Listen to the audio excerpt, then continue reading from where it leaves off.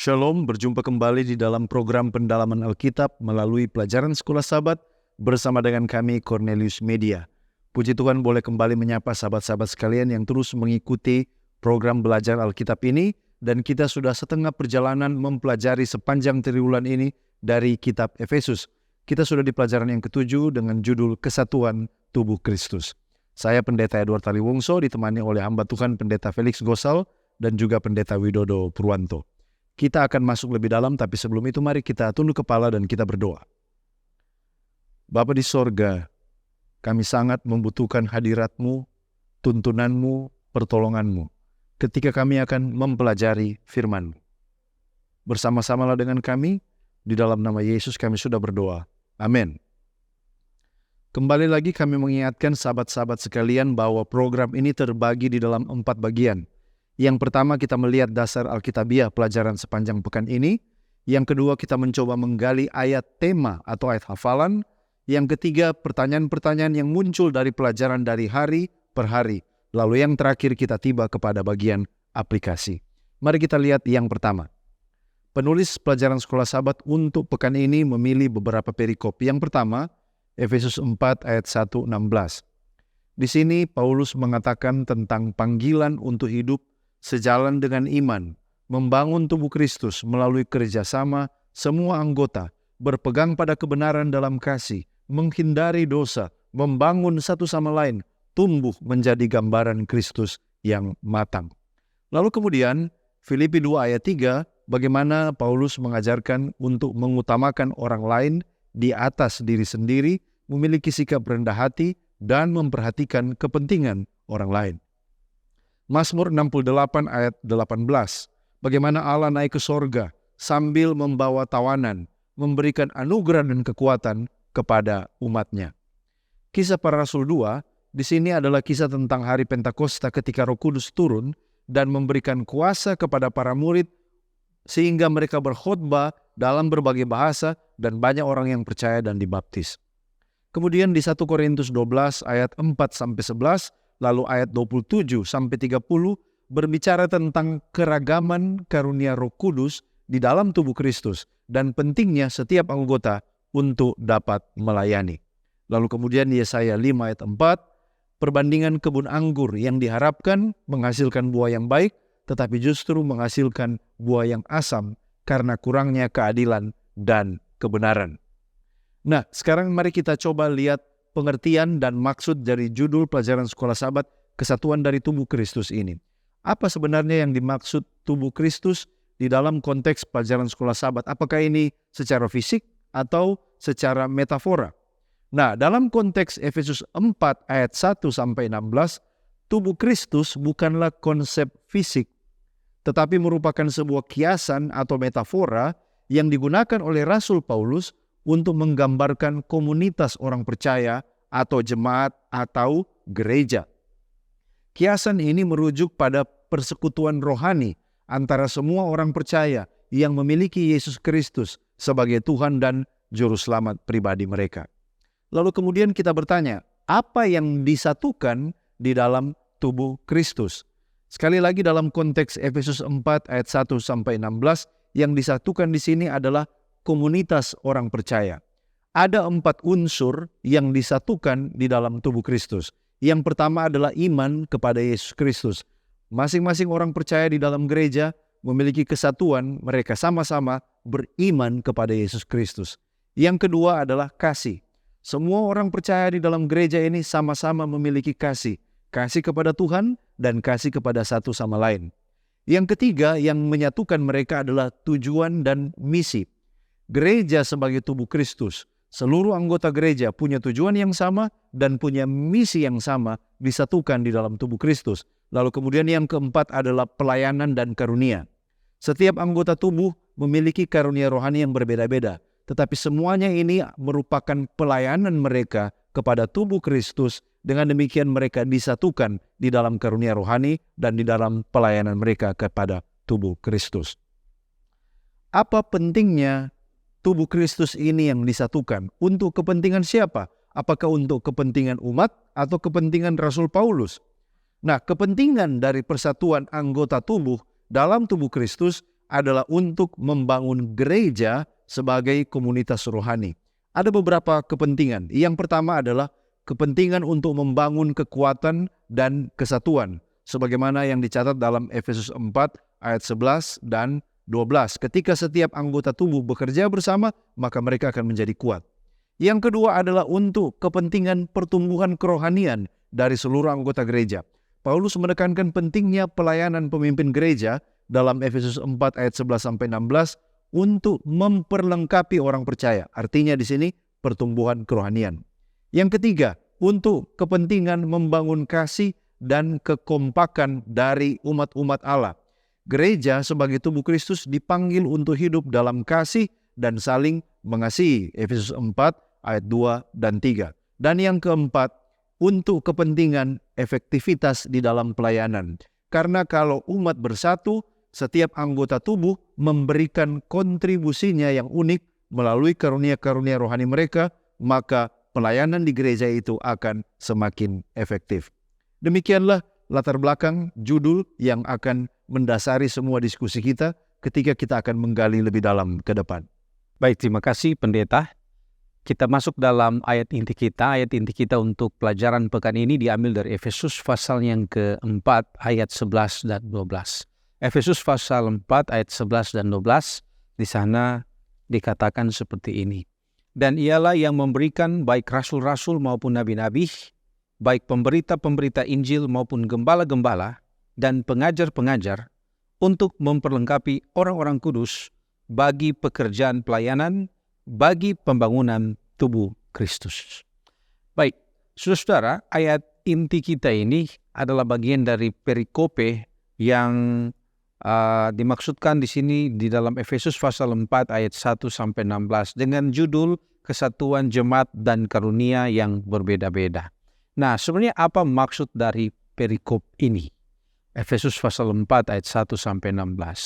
Nah, ada beberapa hal penting yang ditekankan di dalam perikop ini, yaitu yang pertama adalah tentang persatuan dan harmoni di dalam gereja. Ini adalah salah satu tujuan utama dari perikop ini, yaitu untuk mendorong orang percaya supaya hidup dengan cara menjaga persatuan roh. Dan juga di sini mereka dimintakan untuk mempromosikan perdamaian dan memprioritaskan persatuan kebersamaan di atas perbedaan-perbedaan yang ada. Kemudian yang kedua, tujuan dari perikop ini juga adalah tentang pertumbuhan dan kematangan rohani. Artinya bahwa di sini Rasul Paulus mengajarkan bahwa Allah telah memberikan berbagai karunia roh kepada orang percaya yang dimaksudkan untuk membangun dan menumbuhkan jemaat. Kemudian yang ketiga adalah tentang pertahanan terhadap ajaran palsu. Perikop ini juga berfungsi sebagai pertahanan terhadap doktrin-doktrin palsu yang bisa saja masuk ke dalam gereja. Nah, perikop ini membantu melindungi jemaat terhadap penipuan dan juga akan kematangan rohani jemaat yang ada di Efesus. Dan yang keempat, tujuan dan maksud dari perikop ini adalah untuk membangun gereja yang sehat dan berkembang. Nah, secara keseluruhan perikop ini berkontribusi pada wawasan tentang bagaimana gereja yang sehat dan berkembang yang ditandai oleh persatuan, pertumbuhan, kematangan, dan rasa komunitas yang mendalam. Baik, apa sebenarnya pengertian dari ayat inti kita? Nah, ayat inti kita dimulaikan di sini dengan dan ialah yang memberikan, ya. Nah, siapa yang dimaksud dengan ia di dalam ayat inti kita di sini? Nah, saudara, ia di sini merujuk kepada Yesus Kristus. Kalau kita melihat ayat sebelumnya, di sana Rasul Paulus menjelaskan tentang kebangkitan Yesus, kemudian kenaikan Yesus. Dan ketika dia tiba pada ayat inti kita, ayat ini menyatakan bahwa Kristus itu adalah kepala gereja yang memberikan berbagai peran dan karunia kepada gereja untuk pertumbuhan dan perkembangannya. Nah, selanjutnya ayat inti kita menjelaskan bahwa ia ini memberikan baik rasul-rasul maupun nabi-nabi dan seterusnya. Nah, kita memiliki pertanyaan di sini, sebenarnya apa yang diberikan oleh Kristus? Nah, saudara, mari kita lihat.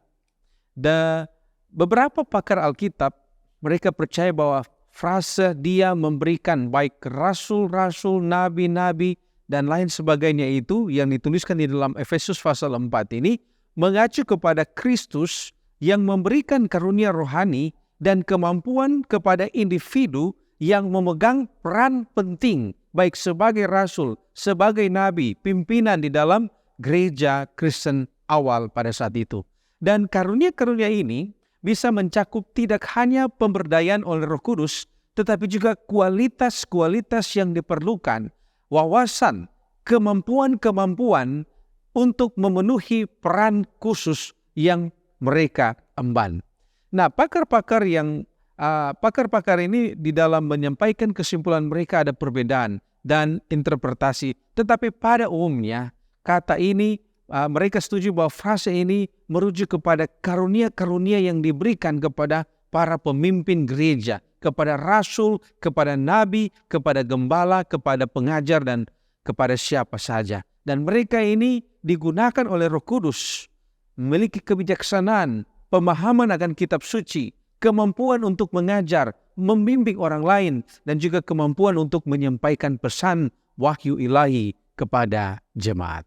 Ya, kita masih membahas ayat inti kita. Pokok diskusi penting lain adalah frase untuk memperlengkapi orang-orang kudus bagi pekerjaan pelayanan. Nah, siapakah orang kudus yang dimaksud? Apakah mereka ini hanya berada di Efesus saja?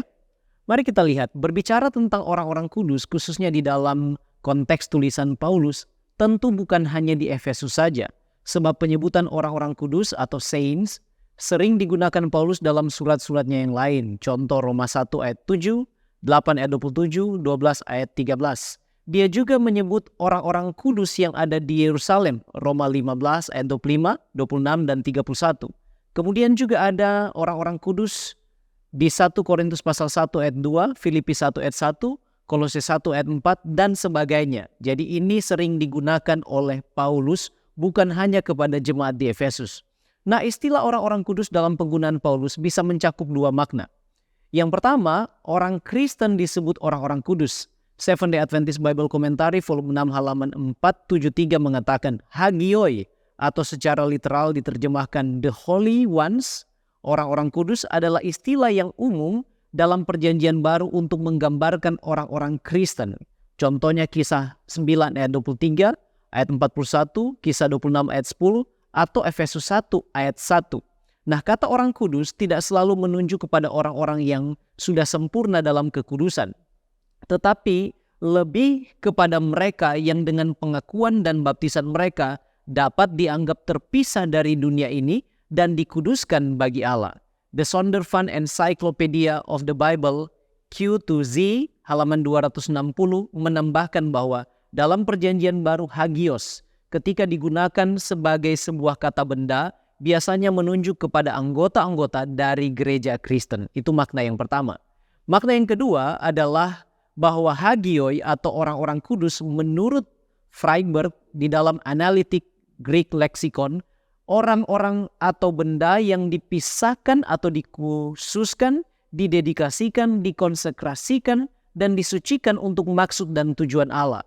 Barclay Newman mengatakan di dalam Greek English Lex Dictionary, dia katakan bahwa sama yaitu orang atau benda yang dipisahkan atau disendirikan bagi maksud pekerjaan Allah. Nah, makna yang kedua inilah yang Paulus maksudkan dengan orang-orang kudus dalam ayat inti kita. Sebab konteksnya adalah dia sedang berbicara tentang jenis-jenis pelayanan dan struktur pemerintahan dalam jemaat khususnya di Efesus. Seventh-day Adventist Bible Commentary volume 6 halaman 1023 mengatakan bahwa konteksnya adalah pelayanan yang dipercayakan dan pemerintahan gereja yang teratur. Itu dua makna dari orang-orang kudus. Nah, apa kriteria orang kudus yang dimaksud oleh Paulus? Mari kita lihat. Oleh karena yang dimaksud Paulus adalah para pelayan dalam jemaat, maka kriterianya adalah pemberian diri sebagai hamba. Seventh-day Adventist Bible Commentary volume 6 halaman 1023 halaman yang sama mengatakan para pelayan atau pegawai jemaat tidak boleh menjadi tuan atas kawanan domba, melainkan mereka harus menganggap diri mereka sebagai para hamba. Hal ini berbeda dengan apa yang dimaksud Paulus dalam Efesus 1 ayat 1, yaitu orang-orang kudus di Efesus, orang-orang percaya dalam Kristus Yesus, bukan believers, yang kriterianya adalah percaya dan menerima kasih karunia Allah melalui iman kepada Kristus. Nah, apa kemudian tugas pekerjaan pelayanan yang dimaksud di dalam frase ini? Seventh Day Adventist Bible Commentary volume 6 halaman yang sama juga mengatakan pekerjaan pelayanan yaitu mencakup semua jenis pelayanan dan pekerjaan di dalam jemaat. Jadi boleh kita simpulkan apa saja yang turut membangun jemaat, entah tugas jemaat yang dipandang kecil atau besar, secara sosial atau secara struktural, semuanya termasuk dalam pekerjaan pelayanan yang dimaksud oleh Paulus. Namun demikian, yang paling utama yang dimaksudkan Paulus adalah semua pekerjaan pelayanan atau jenis-jenisnya yang memiliki kontribusi terhadap penginjilan atau evangelism dan kemudian juga yaitu penggembalaan, pastoring. Nah, ada frase yang lain juga di dalam ayat inti kita yaitu bagi pembangunan tubuh Kristus. Apa yang dimaksud dengan tubuh di sini? Kalau kita melihat apa yang digunakan Paulus di sini, Paulus sedang menggunakan metafora. Penggunaan atau pemakaian kata atau kelompok kata bukan dengan arti sebenarnya, melainkan sebagai lukisan berdasarkan persamaan atau perbandingannya. Jadi tubuh yang dimaksudnya adalah jemaat atau gereja, khususnya yang ada di Efesus, karena ini dalam konteks surat kepada jemaat di Efesus. Efesus 1 ayat 23 jelas dikatakan di sana. Jemaat yang adalah tubuhnya, yaitu kepenuhan Dia yang memenuhi semua dan segala sesuatu. Nah, kemudian apa pembangunan yang dimaksud? Apakah ini secara fisik atau secara rohani? Karena tubuh Kristus di sini hanyalah metafora, jadi artinya bukan fisik tubuh yang dimaksud, maka sudah pasti pertumbuhan yang dimaksud juga adalah jemaat yang bertumbuh secara rohani. Efesus pasal yang keempat ayat yang ke-13 dan selanjutnya dikatakan, sampai kita semua telah mencapai kesatuan iman dan pengetahuan yang benar tentang anak Allah, kedewasaan penuh, dan tingkat pertumbuhan yang sesuai dengan kepenuhan Kristus, sehingga kita bukan lagi anak-anak yang diombang-ambingkan oleh rupa-rupa angin pengajaran, oleh permainan palsu manusia dalam kelicikan mereka yang menyesatkan, tetapi dengan teguh berpegang pada kebenaran di dalam kasih kita, bertumbuh di dalam segala hal ke arah Dia, Kristus, yang adalah kepala. Inilah maksudnya. Efesus 4 ayat 1-16 merupakan fokus dari pelajaran kita sepanjang pekan ini. Oleh karena itu kita akan melihat struktur Efesus 4 ayat 1-16 secara ringkas apa yang sebenarnya ingin disampaikan oleh Rasul Paulus. Yang pertama, Paulus mengimbau orang percaya supaya memiliki kesatuan roh. Ini ada di Efesus 4 ayat 1-3. Lalu kemudian Paulus membuat daftar puitis 7 jenis kesatuan. Ini ada di ayat 4 sampai ayatnya yang ke-6.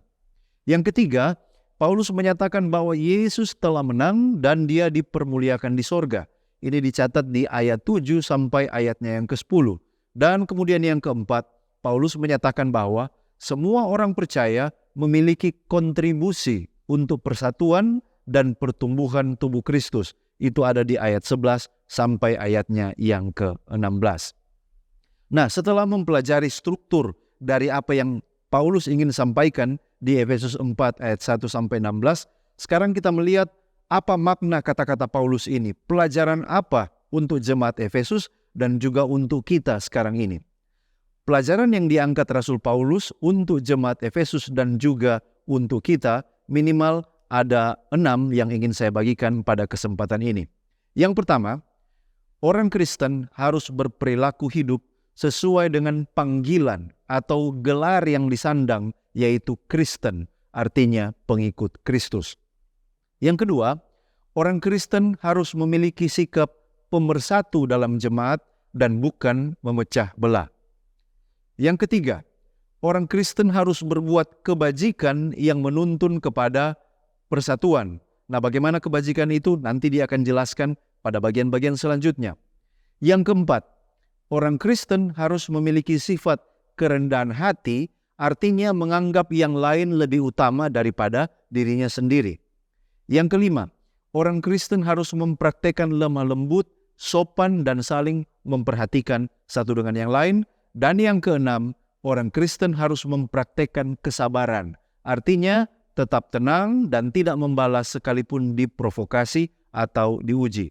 Poin nomor 4 sampai poin nomor 6 yang saya sampaikan tadi, itulah kualitas yang dapat mempersatukan umat-umat Tuhan yang ada di Efesus dan juga di jemaat kita masing-masing.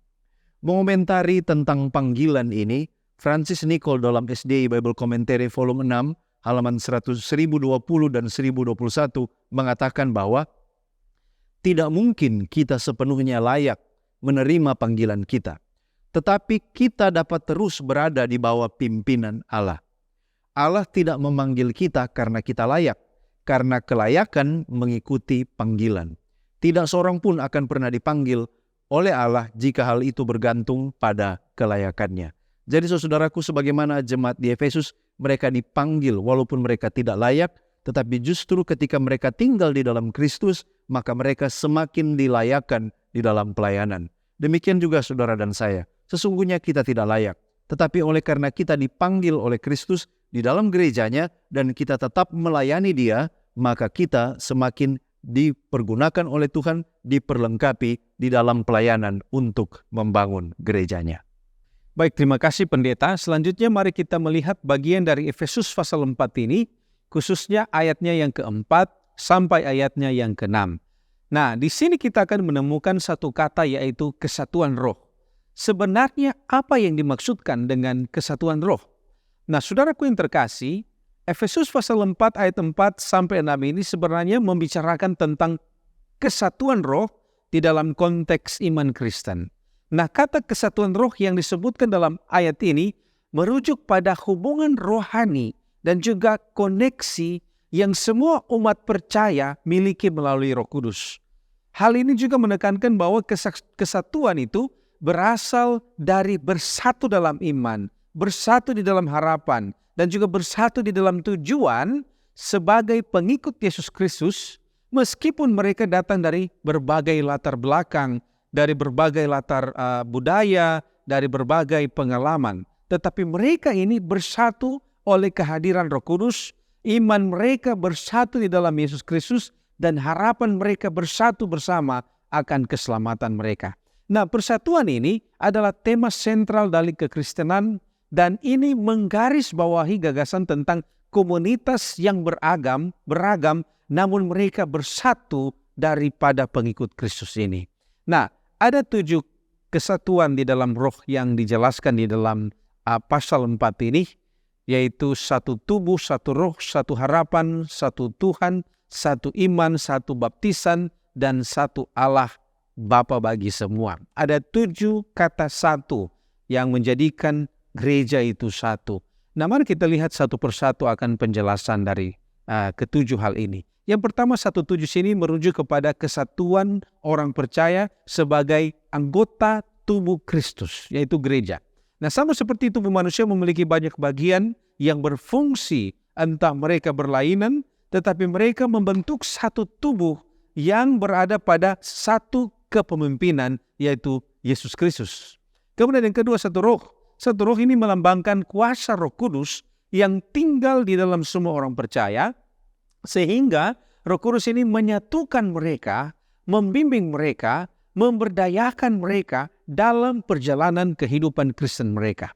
Kemudian satu harapan, yang ketiga, satu harapan ini mengacu pada harapan bersama akan keselamatan, akan kehidupan kekal di dalam Yesus Kristus. Nah, orang percaya memiliki harapan masa depan yang sama, yang terpusat kepada Kristus dan pemenuhan akan janji-janji Allah.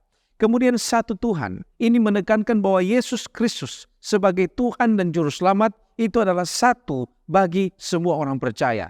Ini menggarisbawahi bahwa pengabdian dan ketaatan eksklusif kepada otoritas Kristus adalah hal yang penting bagi sebuah jemaat.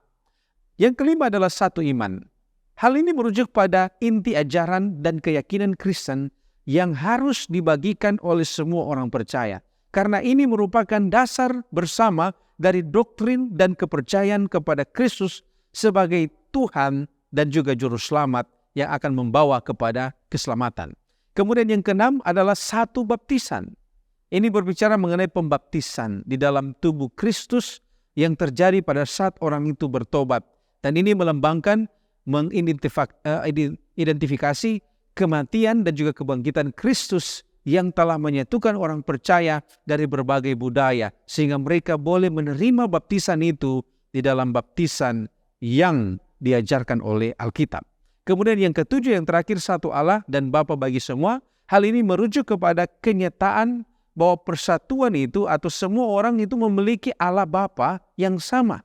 Terlepas dari latar belakang yang berbeda, tetapi mereka memiliki hubungan yang satu di dalam Allah Bapa, sehingga menciptakan persaudaraan yang menyatukan. Jadi saudara-saudara, pada umumnya ketujuh hal ini, kesatuan roh ini, sebenarnya mereka ini menekankan aspek-aspek penting dari persatuan Kristen. Hal ini mencakup identitas bersama di dalam Kristus. Hal ini juga mencakup iman mereka yang saling mendukung dan juga harapan bersama dan kehadiran yang menyatukan dari Roh Kudus itu. Nah, pakar Alkitab mereka menyoroti bagaimana unsur-unsur ini sebenarnya melawan perpecahan dan kemudian meninggikan harmoni di antara orang-orang percaya sehingga menciptakan tubuh Kristus yang bersatu. Ya, terima kasih pendeta, dan kita berpindah kepada pokok pembahasan yang penting lain, yaitu Kristus yang ditinggikan, pemberi dari semua karunia. Nah, apa pemberian yang diberikan Kristus saat dia bangkit dan kemudian naik ke surga sesuai dengan pelajaran sekolah sahabat kita? Efesus pasal 4 ayat 7 memberikan jawaban yang cukup jelas.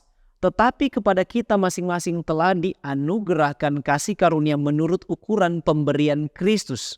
Nah, paling tidak ada dua makna kasih karunia yang dimaksud. Yang pertama, keselamatan. Kasih karunia berarti keselamatan atau salvation.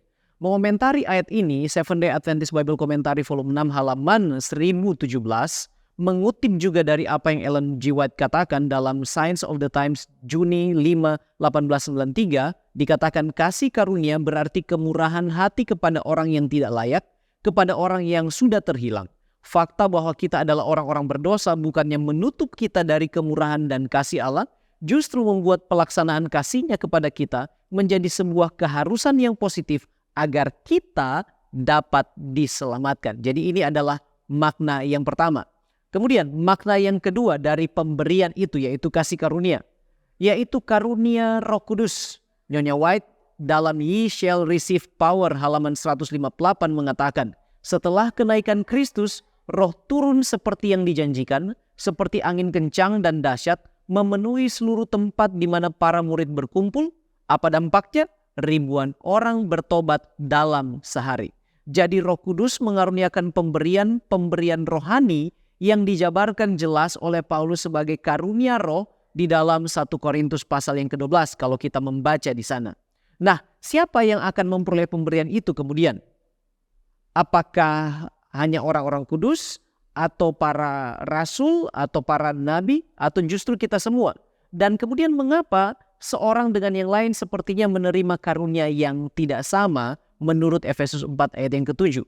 Jelas pemberian itu bukan hanya bagi para pemimpin atau pegawai jemaat saja, tetapi semua orang memiliki hak untuk memperoleh karunia sebab setiap orang percaya adalah bagian dari tubuh Kristus atau jemaatnya. Seventh-day Adventist Bible Commentary volume 6 halaman 1022 mengatakan ada tatanan dan rancangan yang nyata dalam pembagian pekerjaan dan bakat untuk setiap orang. Mengenai karunia yang diterima berbeda oleh setiap orang, di halaman yang sama Seventh-day Adventist Bible Commentary mengatakan Efesus 4 ayat 7-13 membahas tentang keragaman karunia di dalam gereja. Bandingkan pelajaran Yesus dalam perumahan tentang talenta di dalam Matius pasal 25 ayat 14 sampai dengan ayat yang ke-30. Jadi ada keragaman tidak hanya dalam karunia-karunia supernatural yang Allah berikan kepada manusia untuk tujuan-tujuan dan kesempatan-kesempatan khusus, tetapi juga dalam kemampuan-kemampuan rohani yang biasa yang dimiliki oleh orang-orang yang berbeda. Jadi Tuhan memiliki maksudnya sendiri di dalam mengaruniakan pemberian atau karunia roh yang berbeda-beda. Kemudian Christ Object Lesson halaman 327 mengatakan, tidak ada ruang yang tersisa untuk kesombongan di pihak mereka yang memiliki karunia-karunia yang besar, karena lebih banyak orang, lebih banyak lagi yang diharapkan dari mereka, juga tidak ada tempat bagi kecemburuan di pihak mereka yang menerima karunia-karunia yang lebih kecil, karena mereka bertanggung jawab untuk mengembangkan apa yang mereka miliki. Nah, apa kemudian manfaat dari karunia tersebut? Dan juga apa kerugian bagi mereka yang tidak menerimanya? Setiap karunia dikatakan di dalam Testimonies to the Church jilid 9 halaman 37, Setiap karunia menyumbangkan nilainya bagi kesatuan gereja. Dan ini sejalan dengan apa yang dikatakan di dalam ayat inti kita, Efesus pasal 4 ayat yang ke-12. Saya bacakan kembali. Dikatakan di sana bahwa untuk memperlengkapi orang-orang kudus bagi pekerjaan pelayanan, bagi pembangunan tubuh Kristus. Nah, selain itu, Seventh-day Adventist Bible Commentary volume 6 halaman 1023 dikatakan di sana, tujuan yang segera, yang immediate dari pemberian karunia itu adalah melatih dan menolong orang-orang kudus untuk mau melayani, khususnya dalam konteks sebagai hamba. Nah, berkaca dari perumpamaan talenta yang ditulis di dalam Matius pasal 25, maka setiap orang diberikan karunia atau talenta dan juga kesanggupan untuk digunakan dalam pelayanan. Bagi mereka yang tidak mau menggunakan dan mengembangkannya, maka hal itu akan ditarik dari mereka. Akibatnya adalah mereka tidak akan memiliki pertumbuhan rohani ke arah Kristus dalam konteks pembangunan tubuhnya dan dalam konteks pengudusan. Dan kemudian di dalam Matius pasal 25 ayat 29 dan 30 dikatakan di sana akibatnya. Yesus katakan di dalam perumpamaan ini. Ayat 29, karena setiap orang yang mempunyai kepadanya akan diberi sehingga ia berkelimpahan, tetapi siapa yang tidak mempunyai apapun juga yang ada padanya akan diambil daripadanya.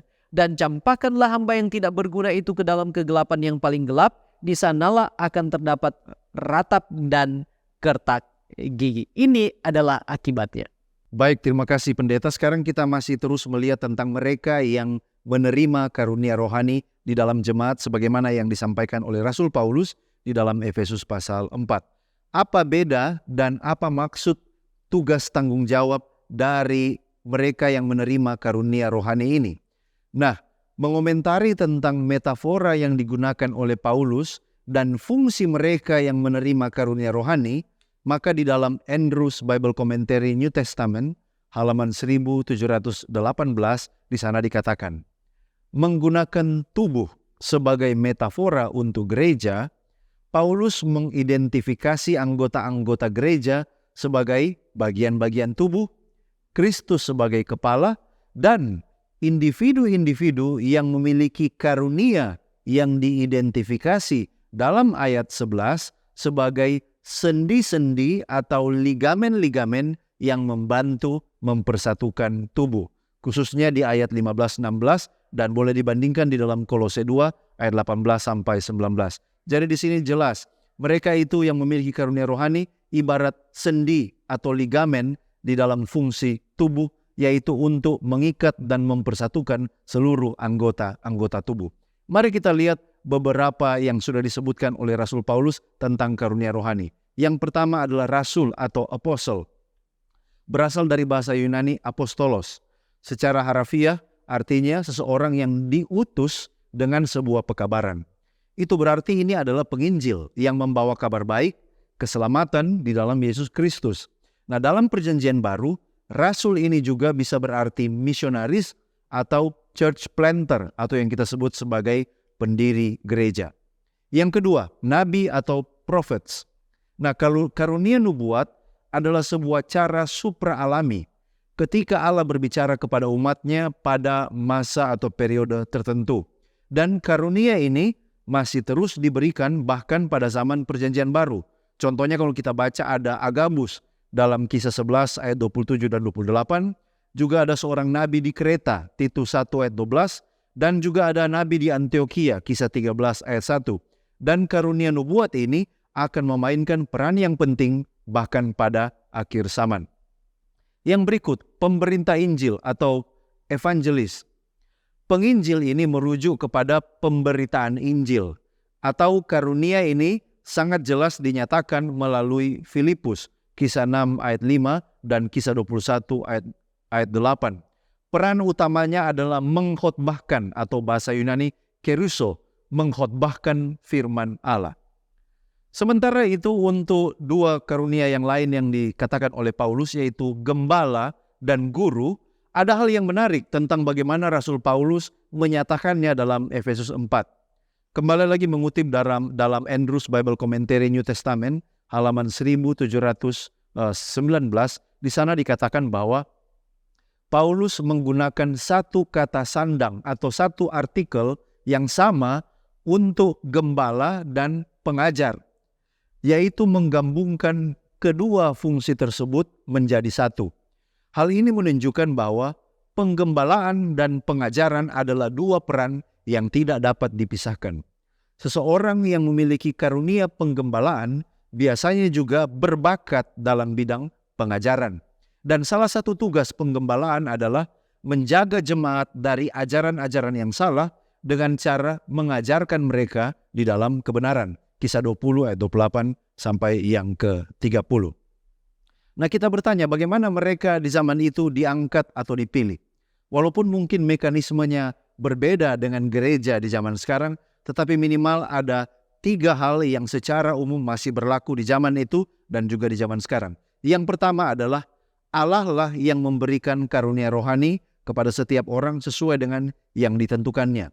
Yang kedua, umat atau gereja berhasil mengidentifikasi karunia rohani tersebut ada pada orang-orang tertentu.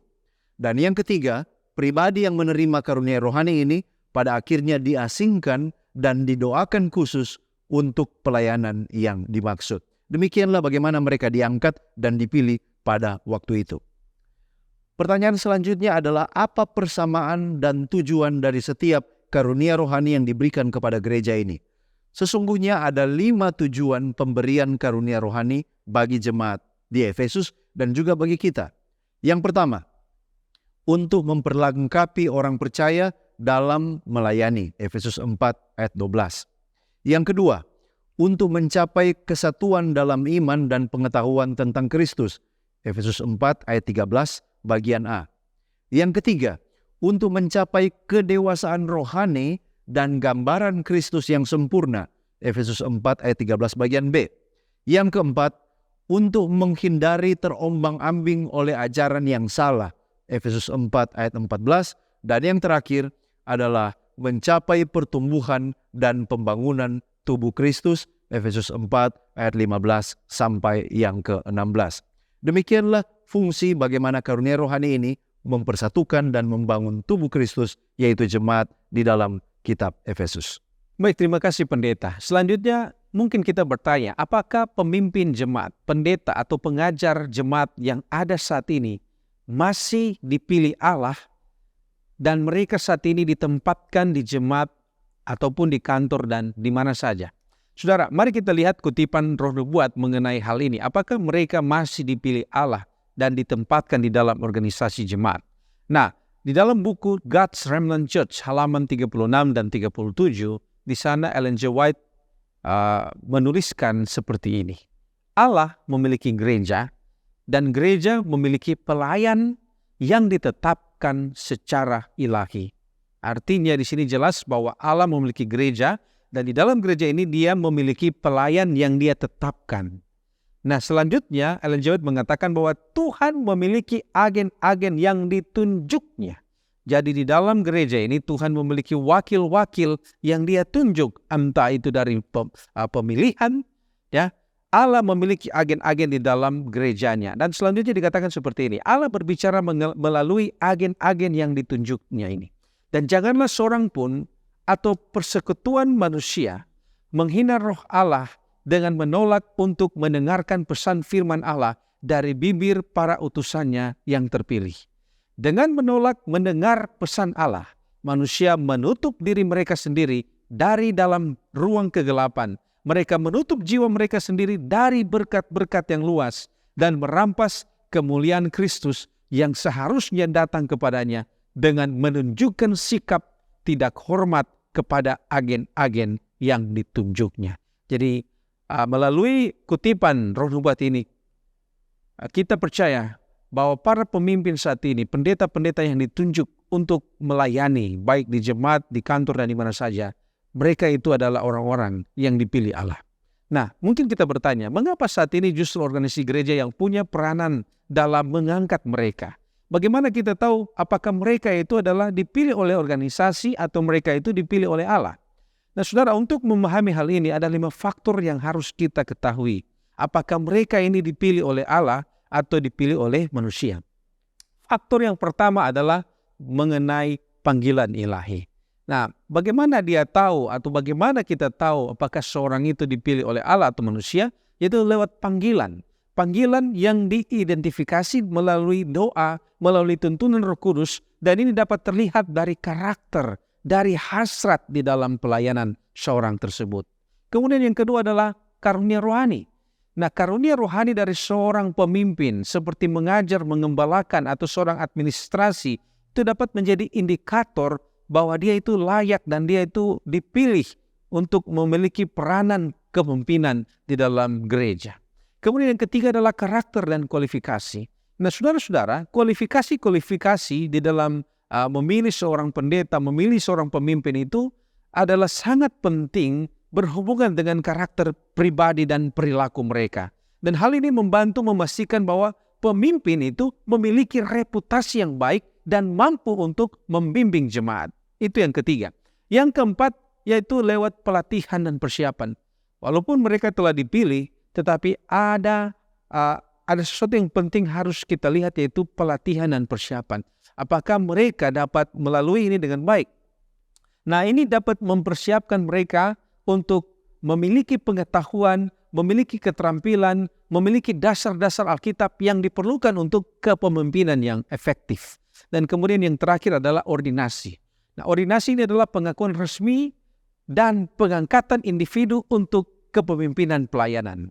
Dan ini sering dianggap sebagai kombinasi panggilan ilahi dan juga pengakuan manusia, mencerminkan paduan Tuhan dan pengakuan komunitas terhadap kelayakan seseorang dalam panggilan pelayanan dan kepemimpinan ini.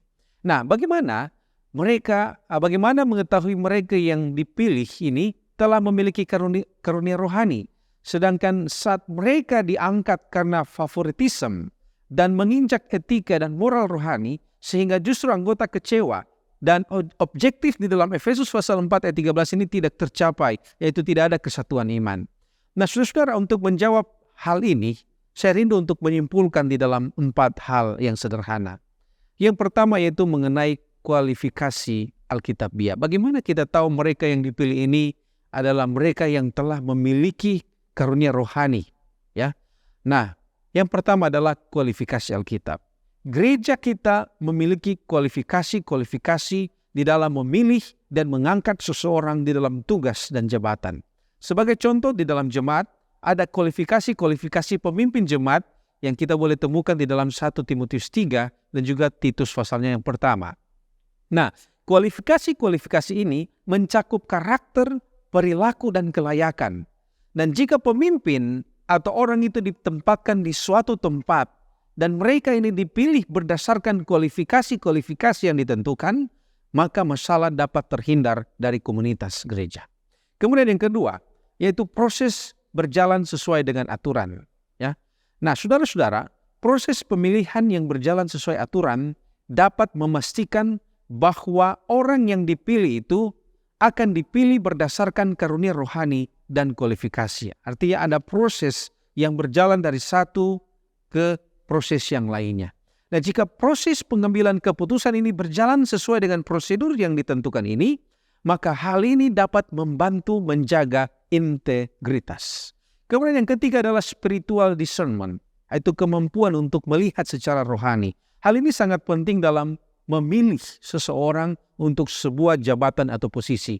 Oleh karena hal ini melibatkan mencari panduan Tuhan melalui doa, melalui firman, sehingga mereka dapat melihat Tuhan menggunakan mereka untuk mencari orang yang tepat pada satu jabatan dan satu posisi. Dan yang terakhir, yang keempat, adalah pentingnya membudayakan lingkungan gereja yang sehat. Artinya di sini adalah mari kita ciptakan budaya gereja yang sehat, karena ini adalah hal yang sangat penting. Kesalahan di dalam mengambil keputusan bisa saja terjadi, tetapi ketika pemimpin dan anggota jemaat secara bersama-sama mengutamakan persatuan, pertumbuhan rohani, dan tidak terpancing dengan atau tidak termakan dengan kepentingan perorangan, kepentingan kelompok, maka peluang untuk mencapai tujuan yang diuraikan di dalam Efesus pasal 4 ayat 13 ini semakin besar. Artinya di sini penting bagi pemimpin gereja dan anggota jemaat untuk bekerja sama meninggikan prinsip-prinsip dan standar etika di dalam Alkitab. Nah, sebagai penutup dan kesimpulan dari apa yang kita diskusikan bersama, Kemudian apa yang harus kita lakukan supaya ada kesatuan dalam tubuh Kristus atau jemaat dan merasakan manfaatnya. Nyonya White mengatakan di dalam Signs of the Times Desember 17, 1902, dikatakan accepting Christ as a personal savior and following his example of self-denial, this is the secret of holiness. Jadi menerima Kristus sebagai juru selamat pribadi dan mengikuti contoh atau teladan dari dia, yaitu penyangkalan diri, ini adalah rahasia kepada kekudusan. Jadi dengan cara inilah setiap anggota tubuh Kristus boleh membangun tubuh itu dan kemudian menciptakan kesatuan di dalam jemaat yang manfaatnya boleh dirasakan oleh semua orang di dalamnya. Nah, cara-caranya dikatakan yang pertama, dengan mengambil bagian dalam sikap kerendahan hati, kelembutan, dan kesabaran Kristus yang terdapat dan dianjurkan di dalam Efesus pasal yang keempat. Yang kedua, dengan merenungkan teladan yang sempurna untuk kehidupan jemaat, yaitu kealahan dalam 3 pribadi Bapa, Anak, dan Roh Kudus, dan pekerjaan mereka dalam penciptaan dan penebusan.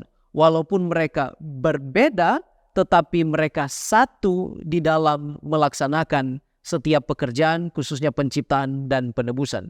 Yang ketiga, kita boleh bersatu oleh alat pemersatu Kristus yang menyelamatkan, yang membentuk jemaat, yaitu satu harapan, satu iman, dan satu baptisan. Di dalam penyatuan ini, jemaat atau tubuh Kristus akan disatukan. Dan yang terakhir adalah oleh karunia-karunia rohani yang melaluinya Allah memberkati jemaat untuk bertumbuh dan bersatu dalam satu tubuh di dalam Kristus dan menyelesaikan misinya di dunia ini.